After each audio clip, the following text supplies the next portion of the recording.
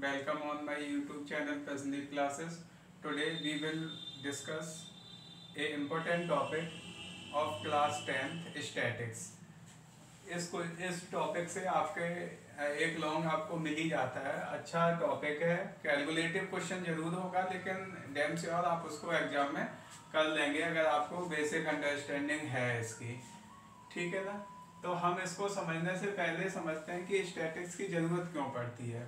जब आपके पास एक बहुत बड़ा डेटा होता है, उसको अगर आप समराइज फॉर्म में देखना चाहोगे तो आपको स्टैटिक्स की हेल्प लेनी ही पड़ेगी।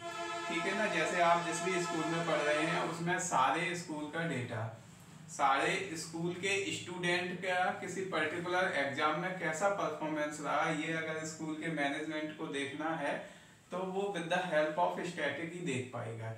या आपके पेरेंट्स आपका जब एनुअली रिपोर्ट कार्ड या हाफ ईयरली या यूनिट टेस्ट का जब भी आता है, आप उनको जब मार्क्स बताते हो तो आप इंडिविजुअल सब्जेक्ट में तो बताते ही हो, अगर कोई जनरली बताता है तो वो परसेंटेज बता देता है कि मैंने इतना परसेंट स्कोर करा है। तो वो क्या है, वो भी एक स्टैटिक्स की हेल्प से उस जो आपके समराइज जो भी सब्जेक्ट हैं 6 to 8 सब्जेक्ट, उन सबको समराइज फॉर्म में आप उसकी एक वैल्यू बता देते हो, वो समझ जाते हैं कि हाँ आपने अच्छा किया या खराब किया। तो ये सारा कुछ मुमकिन हो पाता है with the help of statics. तो इसी स्टैटिक्स को हमें पढ़ना है। स्टैटिक्स में एक्चुअली होता क्या है कि जो भी डेटा रेंज दिया रहता है उसको हम कन्फाइंड करके उसके मिड की वैल्यू निकालना चाहते हैं कि मतलब जैसे डेटा मान लो 0 से लेके 100 तक दे रखा, तो इसकी एवरेज वैल्यू कहाँ लाई करेगी। अब बात करेंगे एवरेज क्या होता है। एवरेज हालांकि इस टॉपिक में नहीं है लेकिन ये सारी चीजें एवरेज से ही आगे की चीजें हैं। हम कितना एग्जैक्ट मिड वाली वैल्यू निकाल पाते हैं वही सारा हम पढ़ेंगे। हमारे पास पढ़ने के 3 एस्पेक्ट हैं, मीन मीडियन मोड, इन तीनों को देखेंगे। इससे पहले आपने एवरेज पढ़ा हुआ है। तो एवरेज क्या होता है, ये certain value representative of the whole data signifying its characteristic is called an average. ये बोल रहा है कि जब भी आपके पास कोई डेटा दिया होता है उस डेटा की एक ऐसी सिग्निफाइंग वैल्यू, एक ऐसा कैरेक्टरिस्टिक जिस एक वैल्यू से हम पूरे डेटा के बारे में हमें आइडिया लग पाए, that value is called average. ठीक है ना।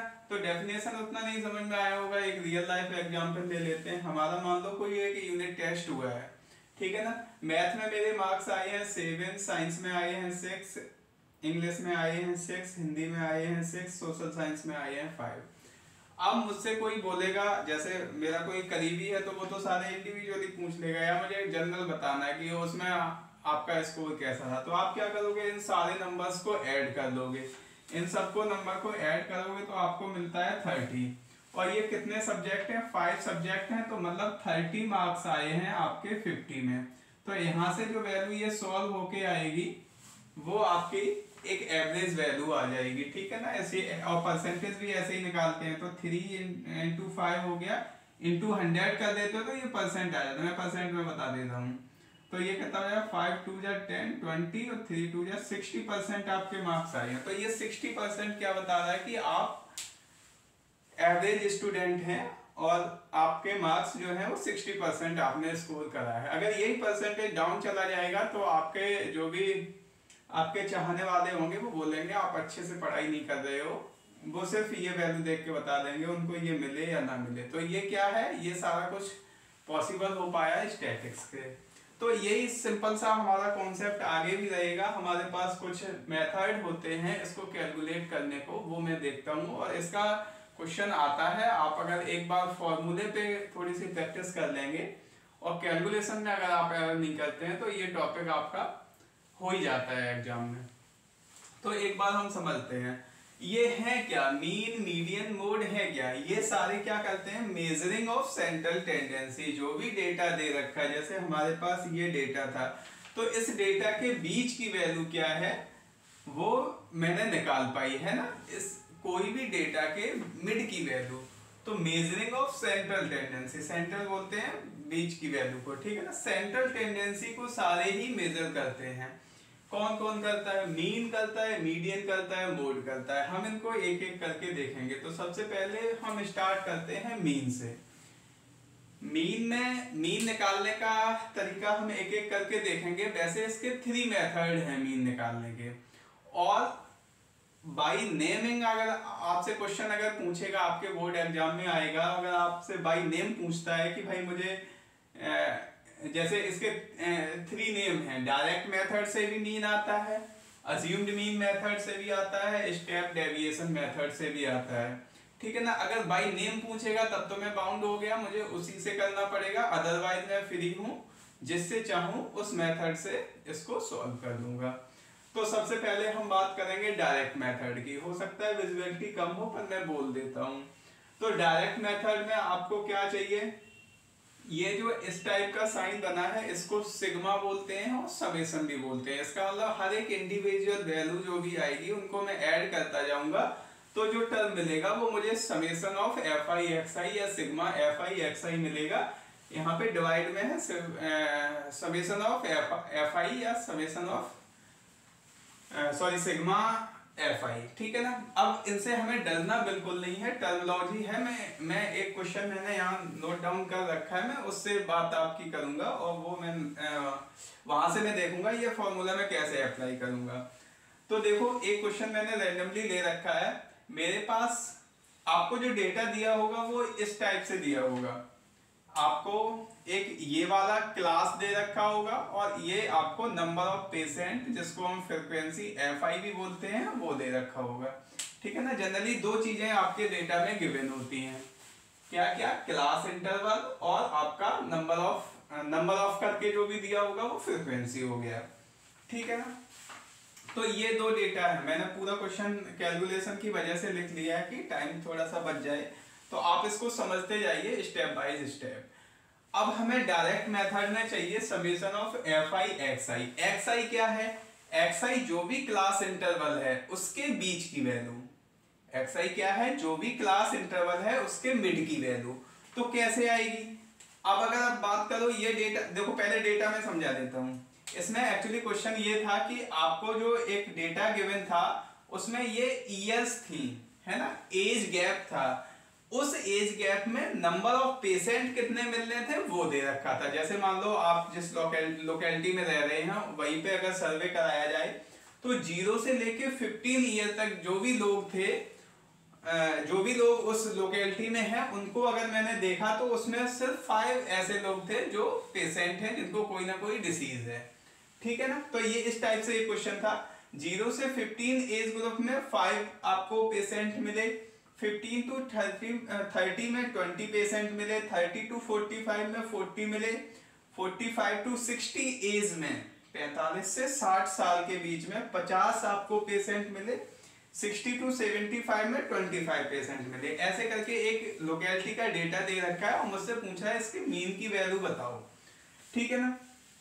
तो मैंने देख लिया भाई ये रेंज दे रखी है, इसका मतलब ये क्लास इंटरवल है। क्लास इंटरवल से मुझे निकालना पड़ेगा एक्स आई। एक्स आई क्या होता है, जो भी क्लास इंटरवल दे रखा है उसके बीच की वैल्यू। कैसे आएगी, इसको बेटा बोलते हैं लोअर लिमिट, इसको लोअर लिमिट शॉर्ट में बोलेंगे एल एल। और ये क्या है बेटा, अपर लिमिट। उस क्लास इंटरवल की ये लोअर लिमिट, ये अपर लिमिट, ठीक है। अब मुझे निकालना है क्लास मार्क, मतलब उस क्लास की बीच की वैल्यू, ठीक है ना। तो 0 से 15 के बीच में, 0 to 15 के बीच में जो मेरा क्लास मार्क आएगा, तो एक्स आई एक्चुअली होता है lower limit plus upper limit divide by 2, ठीक है ना। ऐसे करके आता है, हर एक इंडिविजुअल क्लास के लिए एक्स आई अलग आएगा। तो 0 to 15 को ऐड करोगे तो 0 plus 15 15 रह जाएगा, डिवाइड बाई में 2 आएगा, तो ये कितना बन जाएगा 7.5, ठीक है ना। ऐसे ही 15 to 30 के लिए देखेंगे तो ये दोनों ऐड करोगे 45 आ जाएगा, है ना। सिंपल कैलकुलेशन है, 30 to 15 ऐड करोगे 45 का हाफ हो जाता है 22.5, ठीक है ना। फिर 30 to 45 ऐड करोगे तो वो आपका आ जाएगा 37.5। ये आप इससे अभी कोई मतलब नहीं है, इसको हम आगे देख लेंगे। 37.5 आ गया। फिर आपका 45 to 60 52.5 आ गया। इन सबको वही करना है ऐड करके। अगर ये डेटा आपका कंटिन्यूअस डेटा है तो आपका जो यहाँ पे गैप मेंटेन हो रहा होगा। अगर मैं यहाँ से यहाँ का गैप देखें तो 15 आ रहा है, तो आप अगर कैलकुलेशन में थोड़ी सी प्रॉब्लम हो रही है तो आप डायरेक्ट 7.5 में 15 ऐड करूंगा तो 22.5 आएगा, इसमें अगेन 15 ऐड करूंगा तो ये आएगा, मतलब ये गैप इक्वल ही रहता है क्लास मार्क का। ठीक है, तो हमारे फॉर्मूले में xi जो आने वाला है वो मैं निकाल चुका हूं। अच्छा, नंबर ऑफ पेशेंट जो था वो इटसेल्फ में fi है, ठीक है ना, वो एक्चुअली fi का मतलब होता है फ्रीक्वेंसी, इंग्लिश में वर्ड है, उसी का f ले लिया, i का मतलब हर इंडिविजुअल क्लास के लिए। तो अब आपको क्या चाहिए, fi इंटू xi का समेसन। तो समेसन तो तब करेंगे, ऐड तो तब करेंगे जब इंडिविजुअल fi xi निकाल दोगे। तो ये मेरे पास एक नया मैंने उसी के कॉलम बनाया और उसमें मैंने क्या किया, fi का xi से मल्टीप्लाई, fi का xi से मल्टीप्लाई। तो 7.5 का 5 से मैंने मल्टीप्लाई करा तो मुझे वैल्यू मिली 37.5। ठीक है ना, तो इस क्लास इंटरवल के लिए fi xi की वैल्यू आ गई 37.5। अब आपने अगेन इस सेकंड क्लास इंटरवल के लिए xi मेरा 22.5 आया था, इसमें मैंने 20 का मल्टीप्लाई किया, 450 आ गया। 40 में 37.5 का किया तो 1500 आ गया, 50 में इसका किया ये आ गया, और 25 में 67.5 का किया तो आपकी वैल्यू ये आ गई। अब क्या करना है, fi xi मैंने इंडिविजुअल क्लास के लिए निकाल लिया, अब मुझे इसका समेसन चाहिए। समेसन का मतलब क्या है, जो भी मेरी fi xi है मैं सबको ऐड कर दूंगा। तो समेसन ऑफ fi xi क्या आ गया, इन सबको अगर आप ऐड करेंगे तो आपको मिल जाएगा 6300। ठीक है ना, तो ये समेसन ऑफ fi xi आ गया। और क्या चाहिए होता, समेसन ऑफ fi चाहिए होता। fi कहाँ मिलेगा, फ्रीक्वेंसी वाले कॉलम में, नंबर ऑफ पेशेंट को सबको ऐड करेंगे तो मुझे मिला 140, जो क्या मेरा बन गया समेसन ऑफ fi। अब मैं डायरेक्ट मेथड से अगर मैं मीन निकालने जाऊंगा तो मेरे लिए कुछ नहीं, मुझे वो फॉर्मूला पता होना चाहिए और मैंने कैलकुलेटिव वाला पार्ट कर रखा है। तो डायरेक्ट मेथड ये जो फर्स्ट में मैंने लगा रखा है, तो इसमें मैंने क्या किया है, सब mean equal to summation of fi xi, mean equal to summation of fi xi divide by fi। तो अब बस वैल्यू पुट करनी है और कैलकुलेशन करनी है। तो 6300 को 140 से डिवाइड कर दिया तो 45 आ गया। इसका मतलब उस लोकेलिटी में जो एवरेज पेशेंट का नंबर है दैट इज 45। ठीक है ना, एवरेज पेशेंट का जो नंबर है वो 45 है। ठीक है ना, तो ये डेटा इतना देख के अब जो भी सर्वेयर होगा, जो वो सर्वे करा रहा है, उसको इन सब चीजों से नहीं मतलब है, वो सिर्फ ये देखेगा हाँ ठीक है 45 एवरेज पेशेंट है तो उसके लिए काम हो गया, खत्म। ठीक है ना, तो डेटा को कॉन्साइज फॉर्म में बहुत छोटे से टाइम में उससे इंफॉर्मेटिव चीज को देखना ही स्टैटिक्स है और उसकी कैलकुलेशन ही स्टैटिक्स है। ठीक है ना, स्टैटिक्स की हेल्प से ही वो हो पाता है। ठीक है ना, तो पहला मेथड आई थिंक बिल्कुल क्लियर है। क्लास इंटरवल और नंबर ऑफ फ्रीक्वेंसी आपको गिवन होगा, यहाँ से आपको क्लास मार्क की एक कॉलम बनाना पड़ेगा। तो मैंने क्लास मार्क के लिए आपको बताया कि lower limit plus upper limit divide by 2, lower limit plus upper limit divide by 2, ये करके आप क्लास मार्क निकाल लेंगे। और आपको कुछ नहीं करना, बड़ा पेशेंस से xi इंटू fi कर लेना है और उनको ऐड कर लेना है सबको, fi xi को। तो वो आपका आ जाएगा summation of fi xi, divide में कर देंगे समेसन ऑफ fi, इन दोनों का डिवाइड कर देंगे, आपके पास मीन की वैल्यू आ जाएगी। कोई भी रॉकेट साइंस जैसा नहीं है, बस कैलकुलेशन है, टाइम हो सकता है थोड़ा सा लगेगा तो कर लेंगे।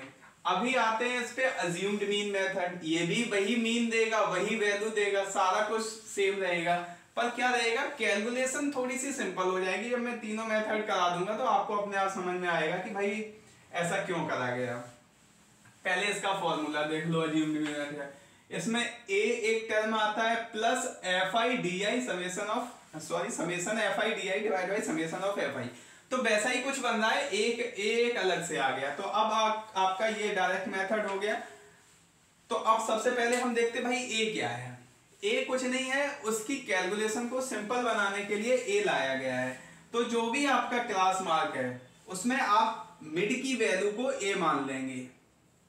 ठीक है ना, ऊपर नीचे भी मान लोगे, कोई दिक्कत की बात नहीं है, बस कैलकुलेशन हो सकता है थोड़ी सी ज्यादा हो जाए कम हो जाए, उससे वो रहेगा एक कंसीडरेशन, बाकी कोई दिक्कत नहीं है। तो मैंने इसको a माना, ये मेरा a बन गया।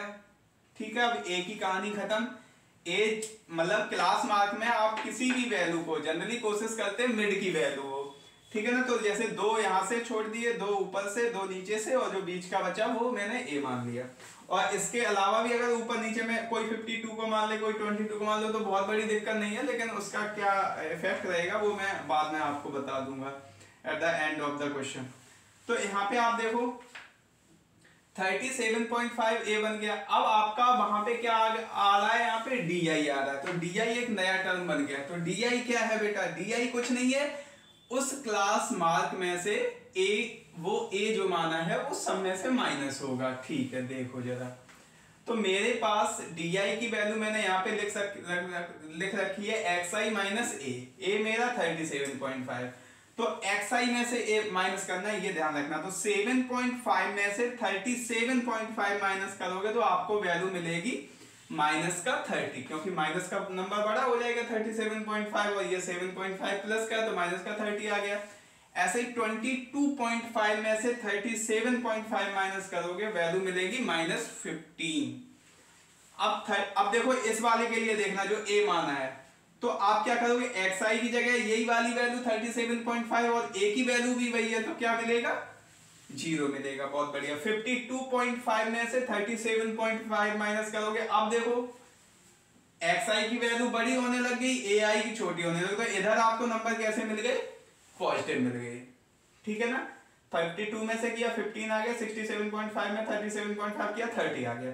तो ये आपका एक नया कॉलम बन गया है डी आई। अब क्या करना है, F I into D I, frequency वही वाली रहेगी। अब जरा मल्टीप्लाई कर लो, तो इसका मल्टीप्लाई 5 का इससे करोगे -150, 20 का डी आई वाले 20 के अगेंस्ट जो डी आई की वैल्यू आई है वो रखोगे तो ये -300, और 0 का जब भी करोगे तो 0 आ जाएगा। 15 का 50 से करोगे 750, 30 का 25 से करोगे 750, ठीक है ना। अब क्या करना है, summation of F I D आई, भाई क्या करना है, summation of F I D आई। तो एफ आई डी आई का सम, तो एफ आई डी आई ये लिखे हैं, इन सबको ऐड कर लो। इनको ऐड करने के लिए बस ये याद रखना, नेगेटिव एक साथ ऐड होंगे, ये दोनों ऐड होके दे देंगे -450, और ये दोनों प्लस के दे देंगे 1500। 1500 में से -450 माइनस करोगे तो 1050 बचेगा, ठीक है ना। तो ये क्या आ गया, summation of F I D I आ गया, ठीक है ना। अब फॉर्मूला लगा दो, क्या है, अज्यूम्ड मीन। इसमें एक्चुअली हम मीन हम यहाँ पे अज्यूम करते हैं, ए को हमने ये अज्यूम करा है, इसलिए इसका मेथड का नाम क्या है, अज्यूम्ड मीन। तो अज्यूम्ड मीन मेथड में आपने क्या लिखा है, a plus summation of F I D I divide by summation of F आई। तो देखो बेटा, a की वैल्यू जो मानी है एज इट इज रख दो, प्लस एफ आई डी आई की वैल्यू 1050 आ गया, और समेशन ऑफ एफ आई जो कि मेरा 140 है, इसको मैंने सॉल्व करा तो ये 7.5 आ गया है, जो कि 37.5 में ऐड होगा 45। अगेन मीन आपका चेंज नहीं होगा, चाहे आप किसी भी मेथड से निकलो, 45 ही आ गया। तो आई होप आपको अज्यूम्ड मीन मेथड भी समझ में आया होगा। अब यहां से अगर मैं कंपेयर करूं, पहले वाली वैल्यू आपकी देखो कितनी लेंदी थी, है ना, 6300 में 140 का डिवाइड करा। एक्चुअली होता क्या है, जब आपके पास आप नंबर्स में डील करते हो तो नंबर जितना छोटा रहता है, जैसे सिंगल डिजिट में होगा, जैसे 2, 4, 8 इस टाइप में होगा, 10, 9 तक, तो आपकी कैलकुलेशन एरर के चांसेस बहुत कम होते हैं। जैसे ही नंबर 2 डिजिट में आएगा, 3 डिजिट में आएगा, 4 डिजिट में आएगा, तो आप कैलकुलेशन एरर करते हैं। तो इसलिए यहाँ पे आपका नंबर बड़ा था। अब यहाँ पे देखो, यहाँ पे नंबर छोटा हो गया, 6000 से 1000 पे आ गया, ठीक है। तो नंबर छोटे होते जाएंगे तो कैलकुलेशन मिस्टेक नहीं होगी और आप उसको इजीली से कर पाएंगे। अब एक और मेथड बचा है, स्टेप डेविएशन मेथड, ठीक है ना। तो इसको भी समझ लेते हैं। ये भी देखो कुछ वैसा ही है, ए उसमें वैसा ही है, एक एच पर एक एच नया टर्म आ गया है, इसका पूरे F I you I divide by summation of F आई से मल्टीप्लाई हुआ है। तो इसको भी देख लो, सारे मेथड एक ही हैं, सबसे एक ही आंसर आना है, मीन ही आना है, पर सब में कैलकुलेशन का पार्ट अगर आप देखोगे तो आपका छोटा होता गया है, इसलिए इनके अलग अलग नाम रखे हैं। अगर आपका लेंथी क्वेश्चन आता है, मतलब आपके 2 डिजिट में ये रेंज दे रखी हो अगर आपको, तो आप इनमें से वो मेथड लगाएंगे जिसमें कैलकुलेशन आपकी छोटी हो जाए। तो एक बार देखो, स्टेप डेविएशन मेथड में। तो इसमें देखो सबसे पहले तो ए तो वही रहना है, ठीक है ना, जो हमने मान रखा है पिछली बार। अब इसमें एच आया है और इसमें यूआई आया है। तो यूआई पहले देखो बेटा, यूआई क्या है, यूआई बोल रहा है कि डीआई में, जो मैं डीआई निकाल चुका हूं प्रीवियस क्वेश्चन के लिए, उसमें मैं एच का डिवाइड करूंगा। तो जब डीआई में आप एच का डिवाइड करोगे तो डीआई आपने यहां निकाल रखा होगा ऑलरेडी। अब इसमें एच आपको ऐसा कंसीडर करना, वो हर एक नंबर को कंप्लीटली डिवाइड कर दे, डेसिमल में मत लाना, लाने के लिए कोई दिक्कत नहीं, पर कैलकुलेशन आप ही के लिए कॉम्प्लिकेटेड होगी और एरर के चांसेस बढ़ेंगे। तो हम ऐसा नंबर लेंगे जो इन सब से, तो 15 30 15 30, तो कौन सा नंबर इसको डिवाइड करेगा, और कोशिश करो नंबर बड़े से बड़ा हो ताकि वो जो डिवीजन के बाद आए वो छोटा नंबर आए। तो मैंने यहाँ पे देखा भाई 10 से करेंगे तो ये डेसिमल में आ जाएगा, तो 15 से कर दिया, तो मैंने यहाँ लिख दिया h इक्वल टू, मैंने 15 ले रखा है, h का क्लियर हो गया। ui क्या होता है, ui होता है di में h का डिवाइड कर दो, तो -13 में h मैंने क्या माना है 15 का डिवाइड करोगे कितना आएगा, -2 आएगा। -15 में फिर से 15 का करेंगे, -1 आएगा, सॉरी 0 में 15 का करेंगे 0 आएगा, 15 में 15 का करोगे 1 आएगा, 30 में 15 का करोगे 2 आएगा। तो ये आ गया। अब क्या चाहिए, fi ui चाहिए। तो भाई ui ये रहा और fi ये रहा, इन दोनों का करेंगे मल्टीप्लाई। तो 5 का 2 में करेंगे -10, 20 का 1 में करेंगे -20, 40 का 0 में करेंगे 0, 50 का 1 में करेंगे 50, 25 का 2 में करेंगे 50। अब क्या करेंगे भाई, समेशन ऑफ fi ui, तो समेशन करेंगे तो आप देखो 50 50 प्लस वाले एक साथ करेंगे, तो ये बन गया बेटा 100 और ये बन गया आपका -30। तो 100 में -30 जाएगा, प्लस का 70। अब देखो fi ui आ गया, फॉर्मूला रखो, स्टेप डेविएशन का क्या होता है, a plus H into fi ui divide by summation of fi। तो यहाँ पे अगर आप देखो 37.5 प्लस 15 और मैंने समेशन ऑफ fi ui की वैल्यू रखी डेट इज 70 और समेशन ऑफ fi मैंने सबसे पहले ही कैलकुलेट किया था, डेट वाज 140। तो यहाँ पे हमने इन सबको सॉल्व करा तो 7.5 आ गया और यहाँ इन दोनों को ऐड कर लिया तो अगेन आपके पास वैल्यू मिलती है 45। तो देखो आंसर हमने एक ही आ रहा, पर अब कोई इस मेथड से करेगा तो वो ये सारा इनके एडिशन में ही दिक्कत करेगा उसे, है ना, टाइम लगेगा। दिक्कत करने का मतलब है टाइम लगेगा। एडिशन तो नो डाउट आप कर ही लोगे, लेकिन टाइम ज्यादा लगेगा, एग्जाम में आपके पास टाइम की कमी होती है। तो और किसी ने इससे किया होगा तो उसका यहाँ पे टाइम देखो कितना सेव हो रहा है, और इसमें डिवाइड में भी गलती नहीं करेंगे आप, यहाँ डिवाइड में भी थोड़ा सा टाइम लगेगा आपको, ठीक है ना। तो जैसी कैलकुलेशन हो, अगर आपको लगता है कि नहीं आप कैलकुलेशन में बहुत अच्छे हैं, आप कर सकते हैं, तो आप नो डाउट डायरेक्ट मेथड से करिए, कोई दिक्कत नहीं है। पर जो कैलकुलेशन में थोड़ा सा वीक है तो वो कोशिश करे कि उस नंबर को छोटा बनाने के बाद ही करे। तो कोई भी क्वेश्चन मीन का आएगा आप इसी तरीके से निकालेंगे, ये आपका मीन हो जाएगा।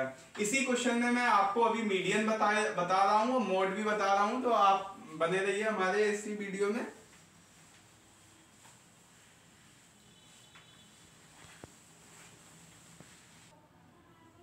मेजरिंग ऑफ सेंट्रल टेंडेंसी में अब हम सेम क्वेश्चन का मीडियन निकालेंगे। तो एक बात देखते हैं मीडियन में क्या होगा। तो फॉर्मूला आपके सामने ही लिखा है, L plus H bracket n/2 minus CF upon F। तो ये फॉर्मूले तो आपको कहीं एक पेपर पे नोट डाउन कर लेना है और इनके टर्मिनोलॉजी जो भी है वो आप अपने जो आपको यहाँ से समझ में आ रहा है वो साइड में लिखते रहेंगे और उसके बाद आप इसको इम्प्लीमेंट कर पाएंगे अपने क्वेश्चंस में। तो यहाँ पे एक नया टर्म हमें जो सीखना है वो सीखना है CF, क्यूमुलेटिव फ्रीक्वेंसी बोलते हैं। क्यूमुलेटिव फ्रीक्वेंसी, क्यूमुलेटिव फ्रीक्वेंसी क्या होती है बेटा, फ्रीक्वेंसी को ऐड करके लिखना है। जैसे बेटा डेटा वही है, देखो 0 से 15 सारी चीजें वही रखी, क्लास मार्क की इसमें जरूरत नहीं है, नंबर ऑफ पेशेंट, तो ये फ्रीक्वेंसी है। फ्रीक्वेंसी के बगल में मैंने क्यूमुलेटिव फ्रीक्वेंसी का बना लिया है, अगर मतलब जहां भी हमारे पास हमारी कॉपी में जगह होगी हम वहां बना देंगे। कैसे बनता है क्यूमुलेटिव फ्रीक्वेंसी का, जो पहला डेटा है उसमें तो सेम फ्रीक्वेंसी आ जाती है जो आपकी इसमें होती है। अब अगले वाले में कितनी आएगी, इसको इसमें ऐड करना है और इसमें यहाँ लिख देना। तो 5 में 20 ऐड करा तो 25, 25 में 40 ऐड करा 65, 65 में 50 ऐड करा 115, 150 में 25 ऐड करा 140। ठीक है ना। तो बेटा ये आपका आ गया क्यूमुलेटिव फ्रीक्वेंसी, एक नया कॉलम। यहां तक कोई दिक्कत नहीं होगी हमारी समझ से। अब बात करते हैं बेटा मीडियन में आपको चाहिए होती है मीडियन क्लास। इसमें चाहिए होगी आपको मीडियन क्लास और इसमें चाहिए होगी मॉडल क्लास, है ना। तो इसको एक एक करके देख लेंगे, अभी मीडियन क्लास पे दे देते हैं।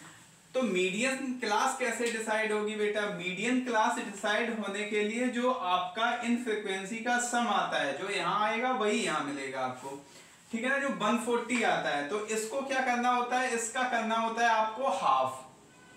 समझो जरा बेटा, जो ये n जो क्या होता है, n होता है समेशन ऑफ fi, ठीक है। समेशन ऑफ fi यहां से देखोगे कितना है बेटा 140, ठीक है ना। हमें क्या करना है n/2, n/2 आप करेंगे तो 140/2 डेट इज 70। कोई दिक्कत बेटा नहीं है। अब ये 70 आपको चेक करना है क्यूमुलेटिव फ्रीक्वेंसी में जाके। बस इसमें थोड़ी सी आपको बस यही चीज याद रखना है, थोड़ा 2-4 क्वेश्चन लगाओगे प्रैक्टिस हो जाएगी। तो 75 आपको कहां मिलेगा, ये डेटा है 65 तक, ये डेटा है 115, तो जो भी ये वैल्यू आई उससे ज्यादा कहां मिलेगी वो देखना है ना। तो 65 में मिलेगी नहीं तो यहां पे मिलेगी। तो ये बेटा क्या बन जाएगा आपका, ये बन जाएगा आपका मीडियन क्लास, जहां पे वैल्यू 70 मिलेगी। तो 70 हमारी इसमें मिलेगी, तो ये रहा मेरा मीडियन क्लास। मैं यहाँ पे शॉर्ट में लिखे दे रहा हूं मीडियन क्लास। मीडियन क्लास निकालने तक में कोई दिक्कत हो तो एक बार देख लो। आपको आपको फ्रीक्वेंसी का सम करना है, n/2 करना है, फिर आपकी वैल्यू आ जाती है 70, और इस 70 को क्यूमुलेटिव फ्रीक्वेंसी में जाके चेक करना है कि कहां पे लाई करेगी, तो 115 पे कर जाएगी। तो यहाँ पे 115 वाला ये जो बनेगा ये आपका बन जाएगा मीडियन क्लास। मैंने लिख रखा है मीडियन क्लास मेरा कौन सा है, 55 to 60 वाला जो डेटा है दैट इज मीडियन क्लास। अब जरा फॉर्मूले पे आ जाते हैं। फॉर्मूला मेरा बोलता है एल किसकी, ये जो एल लेना है, एल किसकी, लोअर लिमिट किसकी बेटा, मीडियन क्लास की। एल का मतलब लोअर लिमिट किसकी बेटा, मीडियन क्लास की। तो कितनी है बेटा यहाँ पे 45 to 60 डेटा है, तो कितना ले लेंगे एल की जगह पे 45। ये क्या है आपकी मीडियन क्लास की लोअर लिमिट, प्लस का साइन। एच क्या होगा बेटा, एच होगा आपका डिफरेंस ऑफ मीडियन क्लास या क्लास इंटरवल। तो यहां पे मैं चाहूं तो लिख दूं एल जो है वो lower limit of median class. ये फॉर्मूला जहां लिखो वहां लिख लेना, lower limit of median class, ठीक है। एच क्या है बेटा, class interval of median class. वैसे तो क्लास इंटरवल एक ही जैसा रहता है, class interval of median class, ठीक है बेटा। तो हमें एल मिल गया, एच मिल गया, n/2 आपने निकाला है ना, n/2 140 डिवाइड बाई n की वैल्यू समेशन ऑफ fi होती है, तो 70 रख दिया। अब बेटा है यहाँ पे CF क्या होता है पता चल गया होगा यहां से, ये CF है क्यूमुलेटिव फ्रीक्वेंसी। क्यूमुलेटिव फ्रीक्वेंसी किसकी, मीडियन क्लास से पहली क्लास के। Cumulative frequency CF of preceding the median class, preceding median class. Cumulative frequency of preceding the median class. Cumulative frequency किसकी लेनी है, मीडियन क्लास से जो ऊपर प्रीवियस पहले, तो मीडियन क्लास से पहले जो क्यूमुलेटिव फ्रीक्वेंसी आई है वो आपको यहां पे रखनी है। डिवाइड में क्या आना है, एफ किसका, फ्रीक्वेंसी बेटा किसकी, मीडियन क्लास की। फ्रीक्वेंसी किसकी बेटा, मीडियन क्लास की। मीडियन क्लास की फ्रीक्वेंसी कितनी हो जाएगी बेटा 50, ठीक है ना। मैंने यहाँ इसको सॉल्व कर लिया, 70 में से 65 गया, 5 बचा, 5 से इसको काट लिया, 10 आ गया, 10 को इससे डिवाइड कर दिया, 1.5 आ गया, 1.5 45 में ऐड कर दिया तो 46.5 आ जाएगा इसका मीडियन, है ना, बीच की वैल्यू।